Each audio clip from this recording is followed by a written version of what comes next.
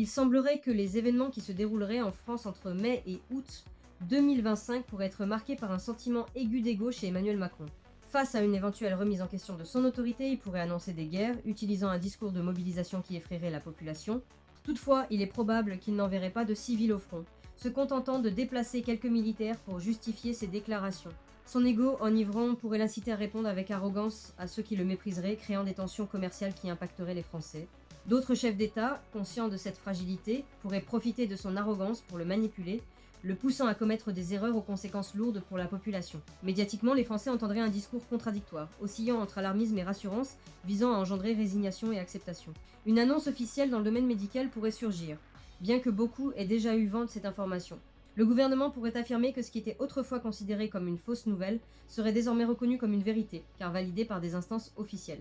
Il semblerait que cette annonce concerne la suppression de l'éthique et la facilitation des demandes d'accès à des actes chirurgicaux sur les organes génitaux, quelle que soit la raison ou l'âge des demandeurs.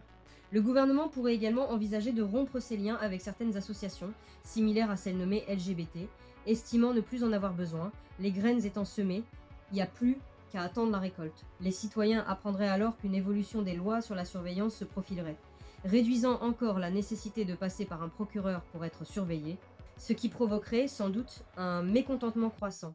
Le gouvernement en position de victime pourrait accuser la population des conséquences de ses propres décisions, appelant à un nouvel effort collectif.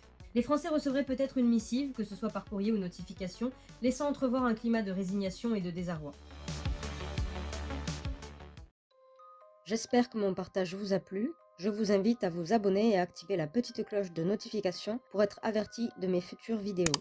N'hésitez pas à cliquer sur le pouce bleu et à me laisser un commentaire dans l'espace concerné si vous avez apprécié mon contenu. En plus, ça m'aidera beaucoup. Le sujet plus détaillé et complet du résumé que vous venez de voir se trouve en cliquant sur le lien juste en dessous de cette vidéo dans l'espace description et dans le commentaire épinglé. Je vous dis donc, rendez-vous au prochain sujet traité. À très vite!